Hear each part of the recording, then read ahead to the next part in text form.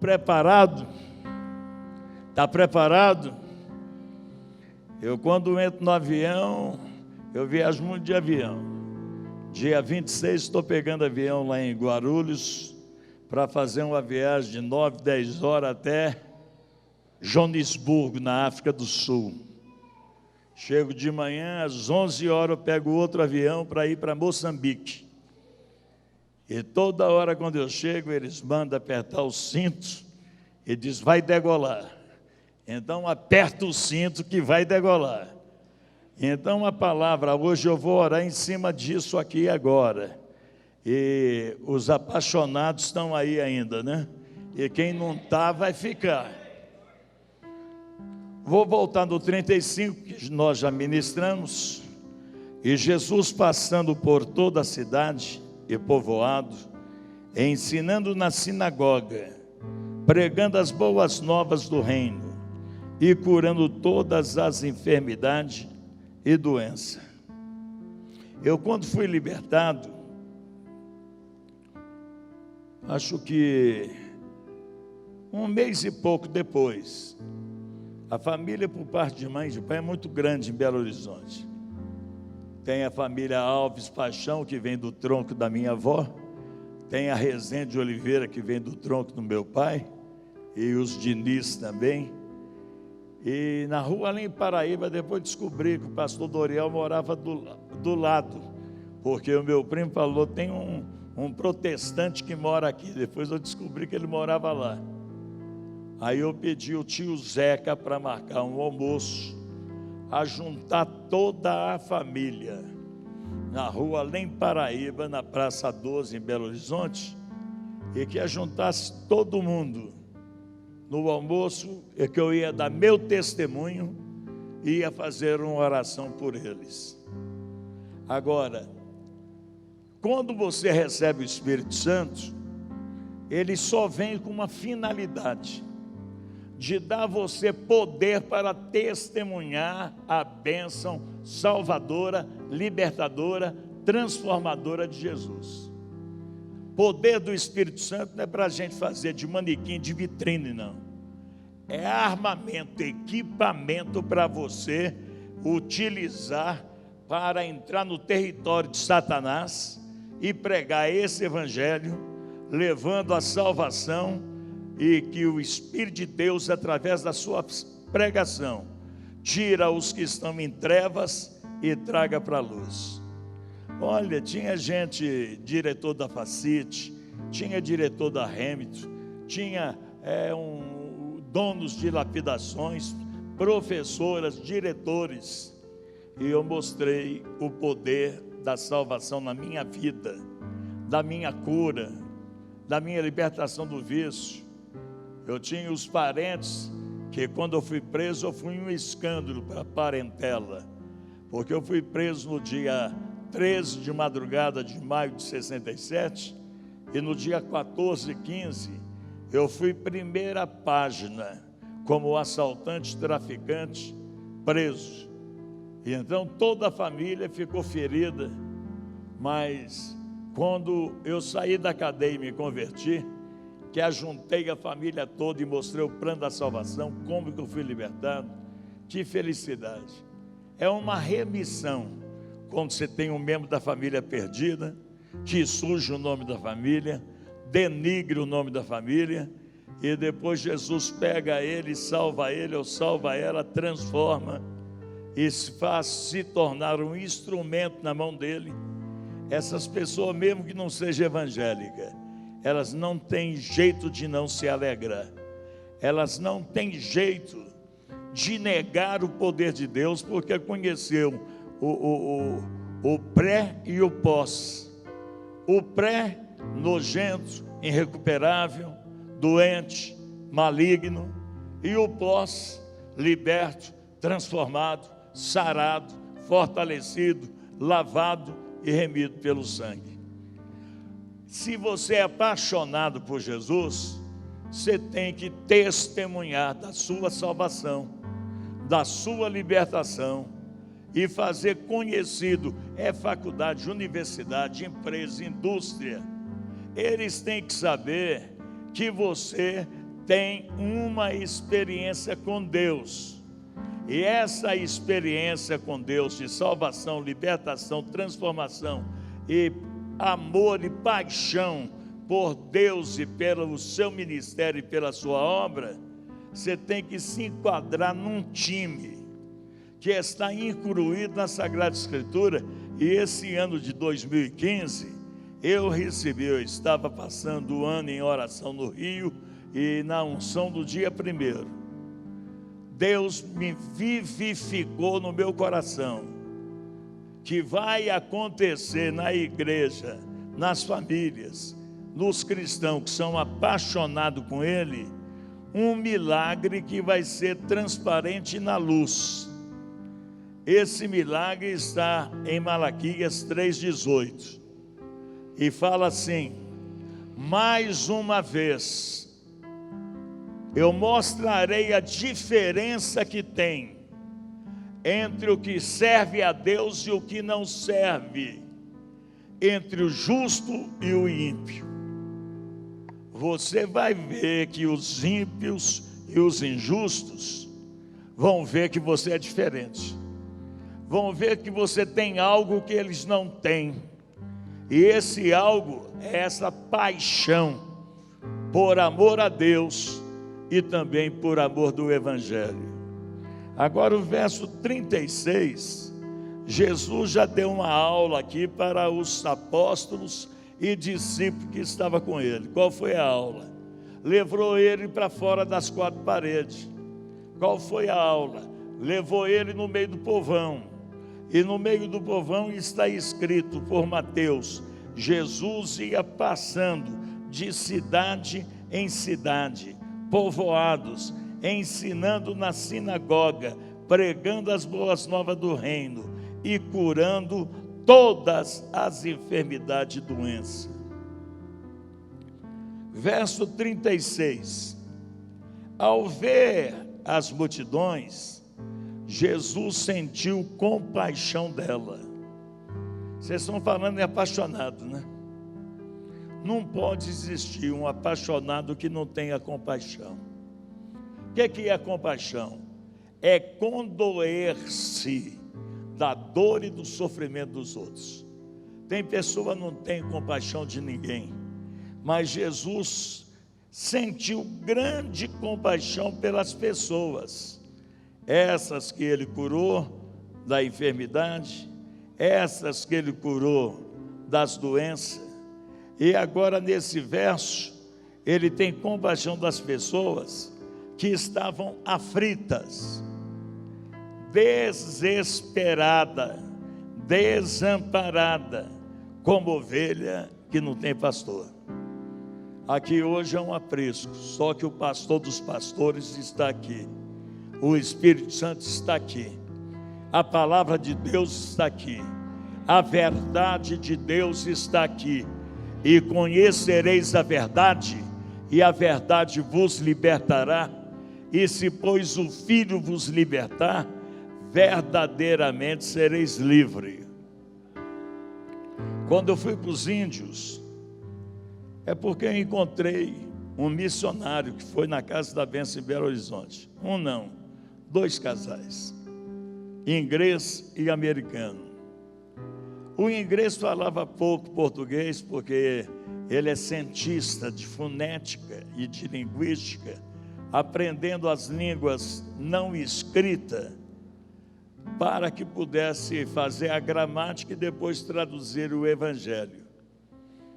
E um dia na Casa da Bênção, eles falaram, e o Arthur Remos falou assim: Paulo Boran vai com Doroteia lá para a divisa do Peru, mas eles têm uma dor no peito, porque eles não podem pregar em português.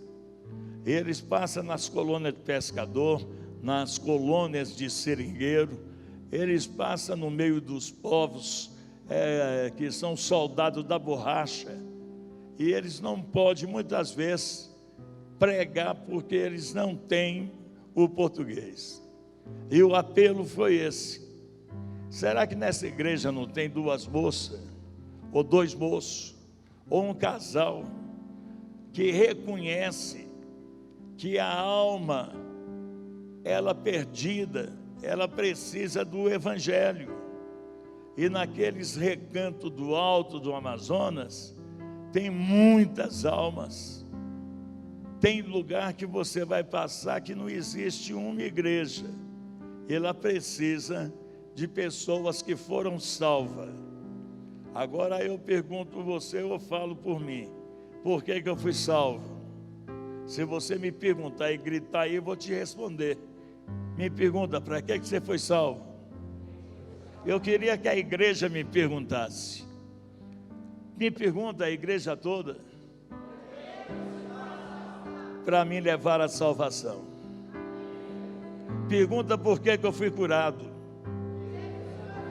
Para me levar à cura divina.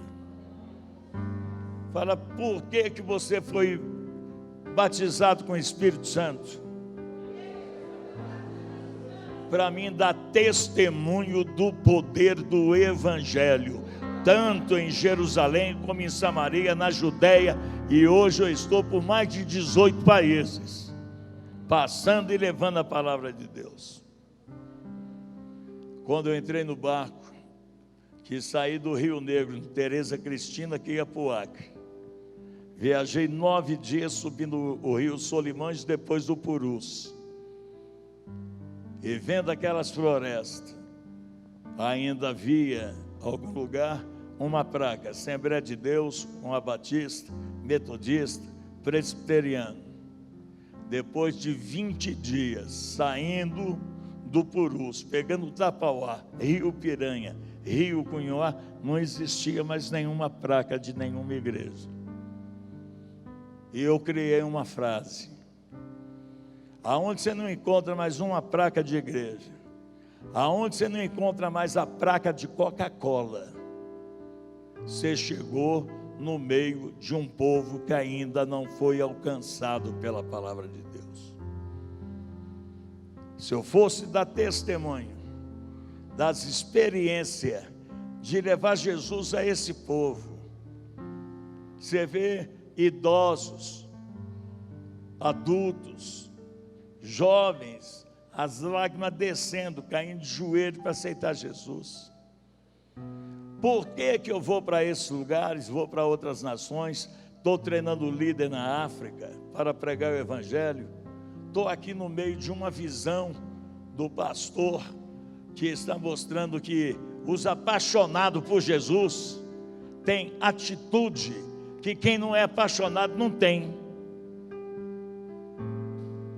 Então, eu fui pregar nos índios,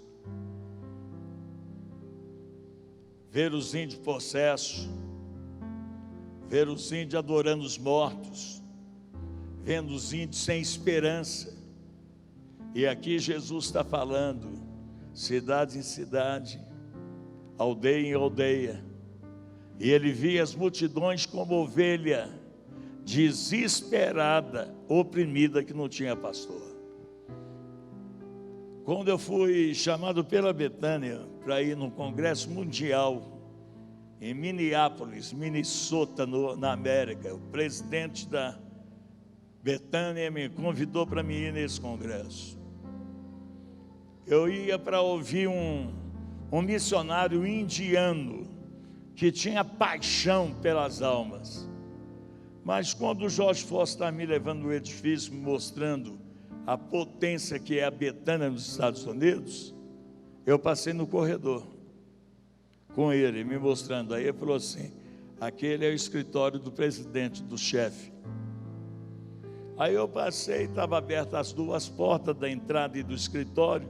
Eu olhei e tinha um homem atrás da mesa. Ele olhou e ele me viu, e eu passei. Aí veio um homem gritando: Jorge. Aí o Jorge voltou: o presidente quer falar com você. Aí ele voltou lá dentro. O presidente perguntou a ele: esse homem que está com você, de onde ele é? Do Brasil. É aquele que pregou além das fronteiras na Igreja Batista da Lagoinha e que deu testemunho da obra missionária nos índios? O Jorge falou: é ele mesmo. O que ele veio fazer aqui? Ele veio assistir a conferência mundial da Betânia, do indiano que vem falar sobre o amor de Deus, a paixão e a libertação. Ele falou, não daria, que dia que ele vem embora? Ele disse, no sábado. Não daria para julgar um indiano no sábado, e ele não aceitaria para falar para nós. Deus faz comigo assim. O Jorge voltou e falou comigo. Quando ele voltou, ele já veio com o cameraman, já veio o homem com a prancheta, e ele disse, olha, o presidente perguntou se você pode pregar amanhã na abertura desse congresso. Eu não perco a oportunidade. Falei, posso. Aí o homem com a prancheta falou, qual é o tema? Eu falei, a tarefa da igreja. A igreja tem uma tarefa, dá de graça o que de graça recebeu. Mas, meus irmãos, missionários, 50 anos em missões, chorando.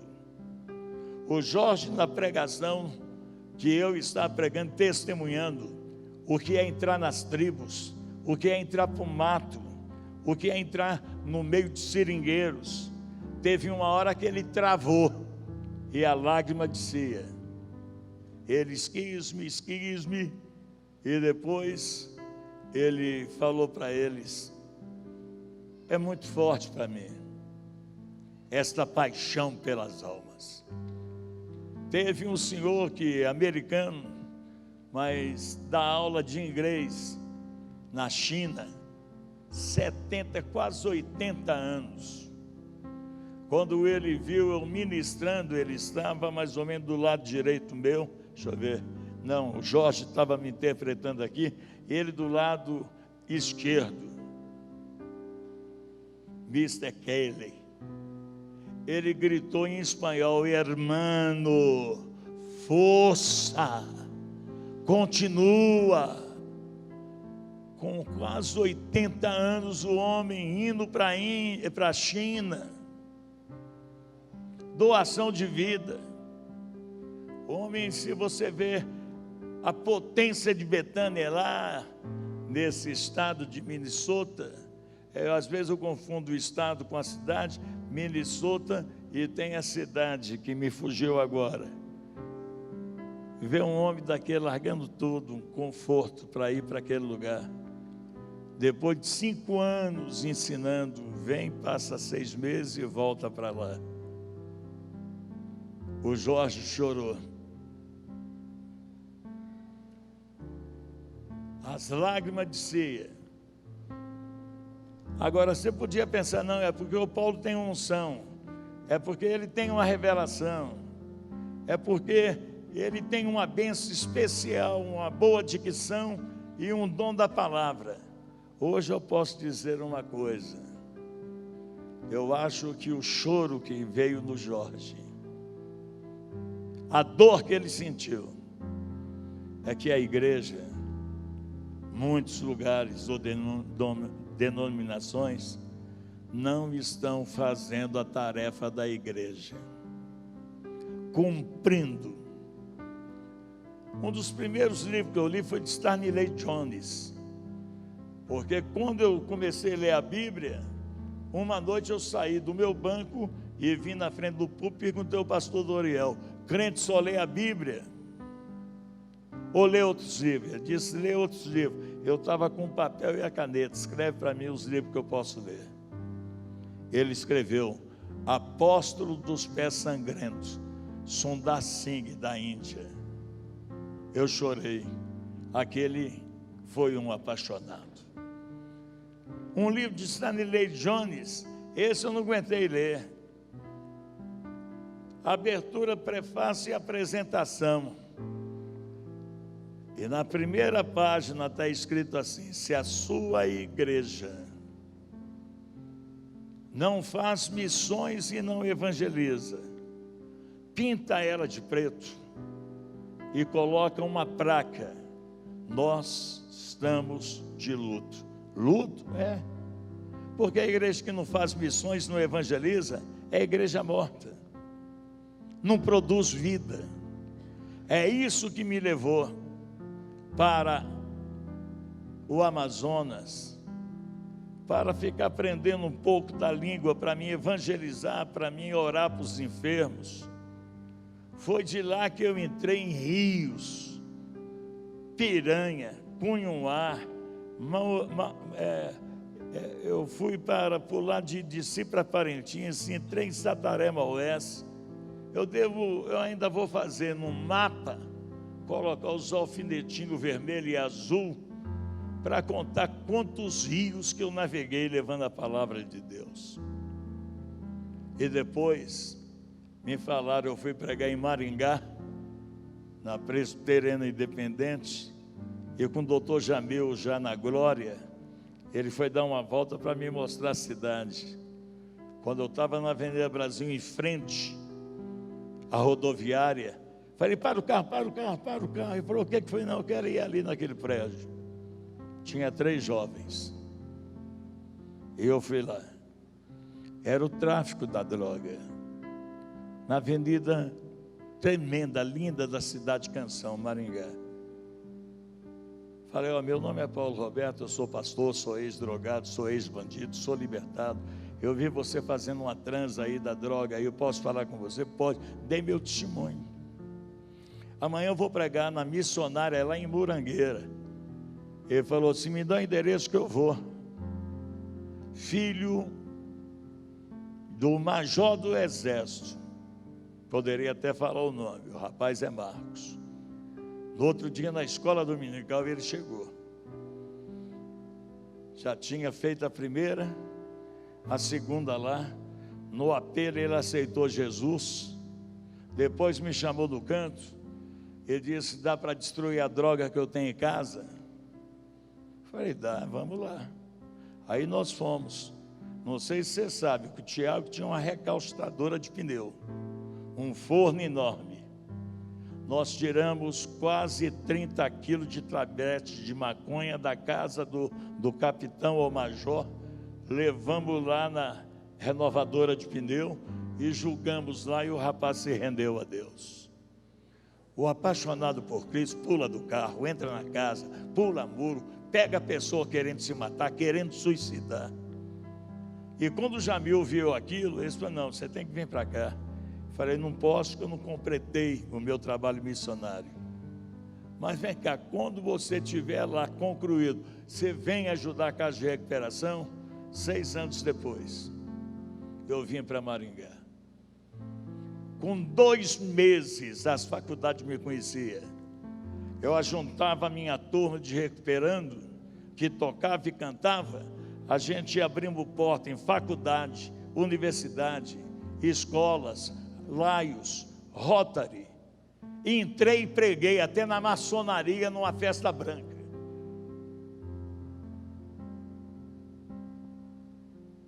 E num colégio que eu preguei, numa sexta-feira, um garoto chamado Argeu, filho do Argeu, dono das bancas de revista, distribuidor em todo Maringá, me telefonou na segunda-feira, pastor, o senhor assistiu o Flávio Cavalcante domingo? Falei, não, eu estava pregando. Ele disse, eu assisti com meu filho. O Flávio apresentou uma mulher debaixo do viaduto sofrendo com o filho. Foram classe média alta. Gastou tudo em clínica com drogado. Acabou vendendo casa. Eu tenho o nome das clínicas do doutor fulano de tal, que acabou com o dinheiro deles. E ela estava morando naquele lugar.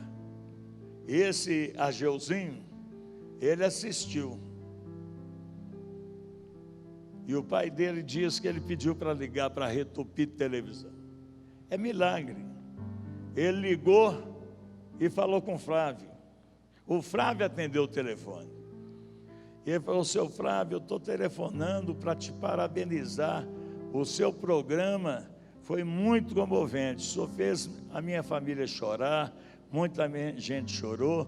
Eu chorei muito de ver o estado daquele rapaz com a esquizofrenia catatônica sem retorno de cura. Mas eu fiquei triste com o senhor. Aí o Flávio falou para ele, mas triste comigo por quê? Porque o senhor mostrou o problema e não mostrou a solução.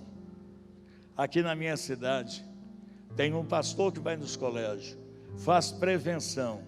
E Ele mostra o problema e Ele mostra a solução. Uma semana depois, eu estava no Flávio Cavalcante e vim aí em Embratel, para o Brasil inteiro. A minha vida saiu em 6 páginas da Cruzeiro, no dia 10 de janeiro de 70. A Cruzeiro foi em Belo Horizonte, filmou a minha consagração a pastor. Terminou o programa do Flávio, saindo assim, eu só escutava dizer, Maringá, 44 e tal, o telefone dele. E quando eu passei para pegar minha passagem para voltar, ela disse, o senhor veio trazer trabalho para a gente, né? Eu falei, que trabalho? Desde ontem à noite até agora nós estamos de plantão, o telefone não cessa. As mães de drogados do Brasil inteiro, os pais, pedindo o endereço da casa de recuperação.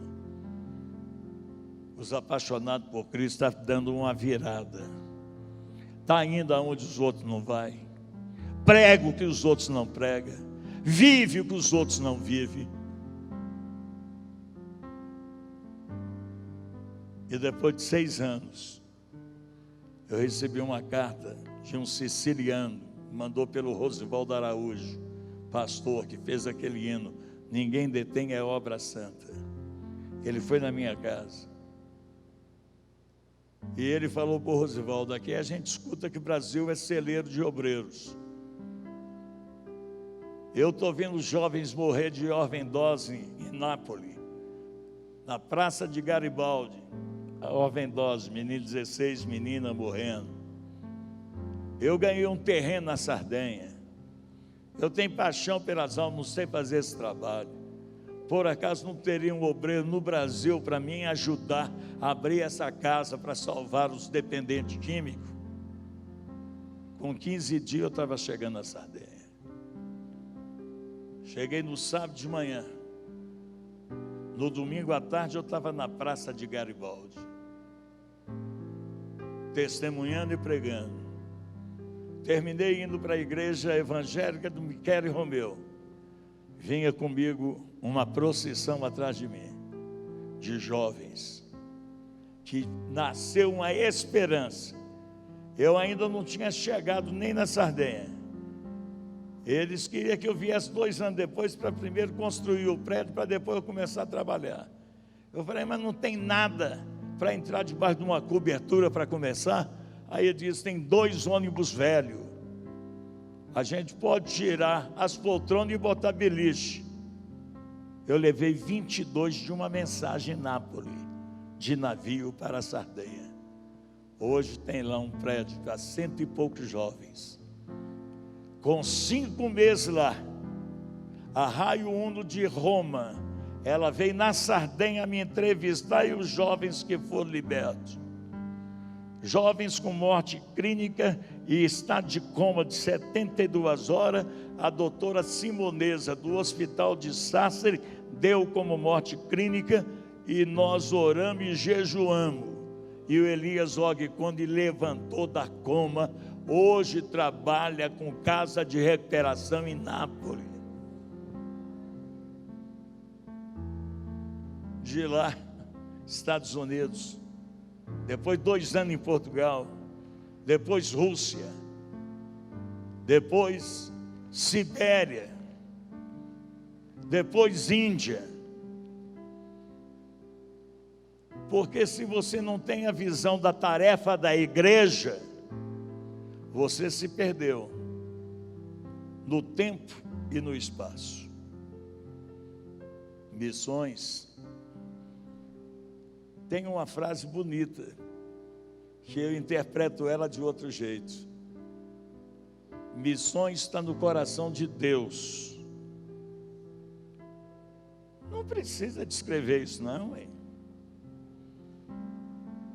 Eu quero ver se missões está no coração dos líderes. Eu quero ver se missões está no coração do louvor. Eu quero ver se missões está no coração dos anciões, dos adultos, dos jovens. Eu vou fazer uma oração daqui 2 minutos mais ou menos. Então Jesus está dizendo de novo, ao ver as multidões, Jesus sentiu grande compaixão dela. Quem não tem compaixão não tem paixão pelas pessoas que estavam aflitas e desamparadas. Verso 37. Então ele falou aos seus discípulos, de fato, a colheita é abundante, Jesus falando, mas os trabalhadores são poucos. Por isso, verso 38, orai ao Senhor da seara, orai ao Senhor. Quem é o Senhor da seara? Quem é o Senhor da seara? Hein? Deus. Rogai ao Senhor da seara e pedi que Ele mande trabalhadores para a sua colheita. Nós somos a igreja do arrebatamento. Nós somos a igreja da colheita. Ele disse, eu nunca encontrei no Novo Testamento um pedido de oração de Jesus a não ser esse. Você pode pegar a chave, concordância, vasculha de ponta a ponta. É o único lugar que ele manda clamar e orar ao Pai para mandar obreiro. É o único. Rogai, pedi ao Senhor da seara para que Ele mande mais trabalhadores para a sua seara. E agora, a última palavra para mim orar. Os pastores podem subir para cá, pastor Rafael, por favor. Pedro, capítulo 2 de 1 de Pedro.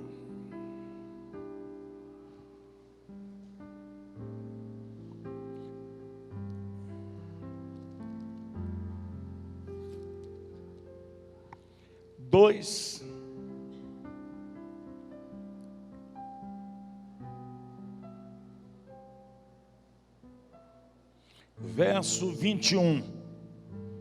Aqui eu vou fazer um apelo. Presta atenção para ver se você está dentro ou está fora. Para essa obra foste chamado por Cristo. Também Cristo sofreu por vós, legando-vos também um exemplo, para que sigais os seus passos. Vou ler de novo. Eu estou lendo na King James. Para esta obra foste chamado, pois Cristo também sofreu por vós, legando-vos também um exemplo, ou deixando-vos um exemplo, a fim de que sigais os seus passos. Vou ler mais uma vez e vou fazer o apelo para a oração, vê se você entende. Para esta obra foste chamado. Qual obra? Dos apaixonados. Qual é a obra? Do ide por todo mundo e pregai. Qual é a obra? Ide as nações e fazer discípulo. Agora, para esta obra foste chamado por Cristo. Não é Paulo Roberto que te chama, é Cristo que te chama. E eu gostaria de saber, tem alguém que se inclui nesta chamada?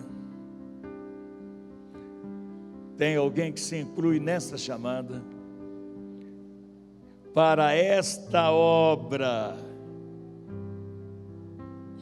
foste chamado por Cristo. Se você crê que você tem dado pouco, pode dar mais.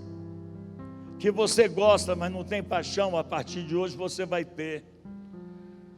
Talvez ninguém falou para você como eu vou falar. Você não sabe a importância que você tem dentro do chamado de Deus. Eu, quando depois de 2 anos de Portugal, cheguei cansado. Meu filho me chamou para ir numa entrega de jejum de jovens. E eu falei, filho, estou chegando agora, pai, um esforcinho, o jovem vai ficar alegre disso aí lá. Aí ele insistiu, eu fui. Era na casa de um gerente de banco, eles estavam jejuando e orando. E eles cantaram um cântico que eu não conhecia. Quero que valorize o que você tem. Você é um ser, você é alguém muito importante para Deus. Nada de ficar pensando, nada de ficar sofrendo angústia e dor nesse seu complexo inferior, dizendo às vezes que não é ninguém. Eu venho falar é do valor que você tem. Eu ainda não tinha ido para a Índia, eu devia estar com meus 56 anos. Meu filho pastor, pequenininho, ele é baixinho, botou a mão no meu ombro e diz assim: velho, o senhor não está acabado, o senhor tem valor, o senhor não imagina onde o senhor ainda vai,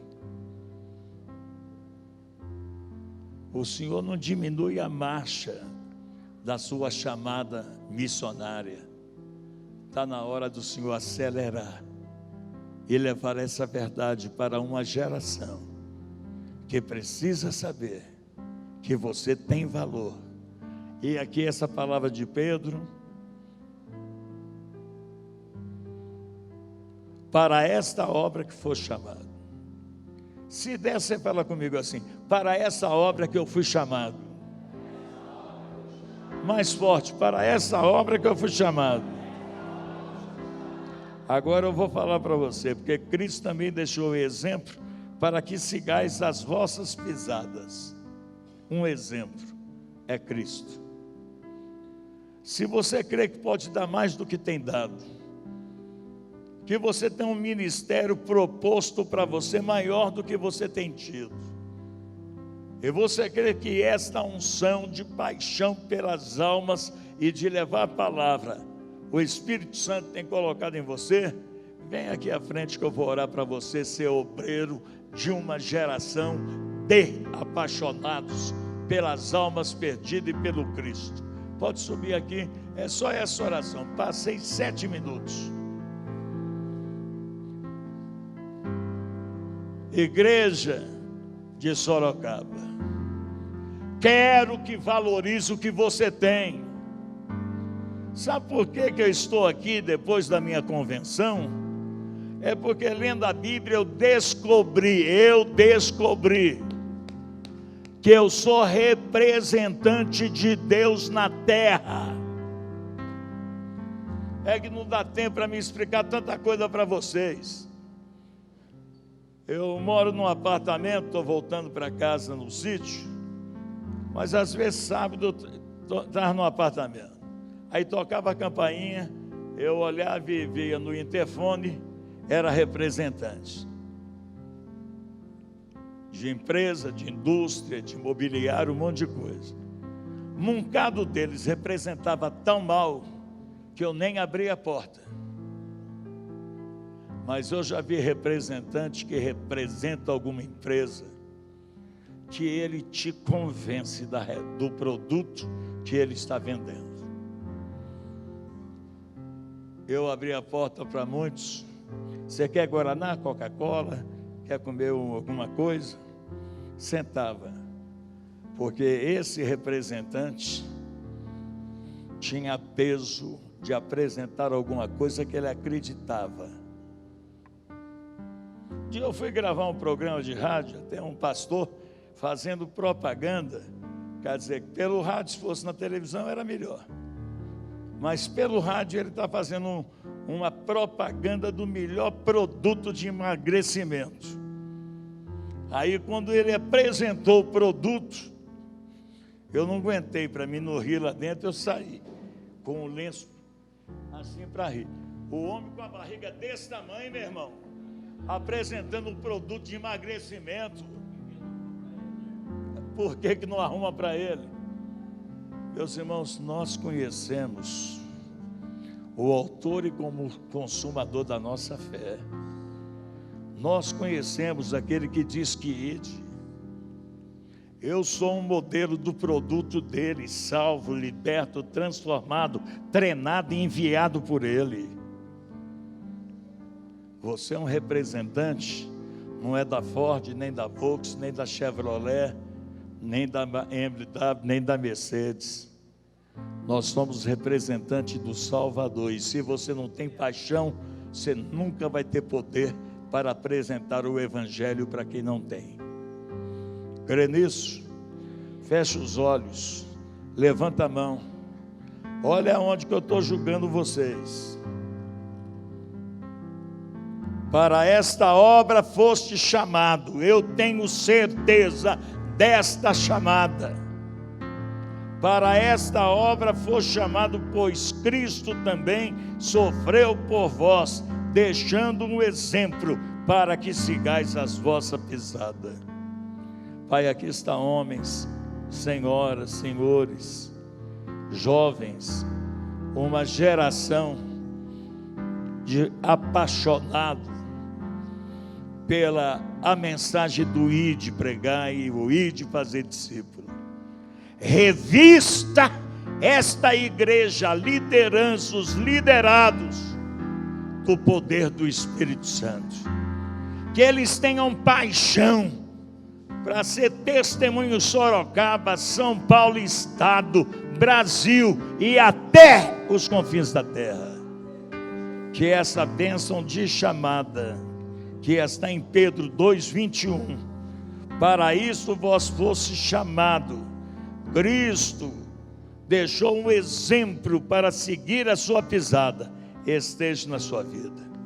Levanta, Pai, pregadores, pregadoras, levanta missionários, missionária, levanta pastores, evangelistas, mestre, profeta e apóstolos, plantadores de igreja. Que essa igreja seja missionária, que essa igreja abraça o compromisso de ser uma igreja que cumpre a tarefa da igreja, que é trazer as almas aos pés de Cristo, em nome de Jesus. Sejam bem-vindos à guerra, em nome de Jesus.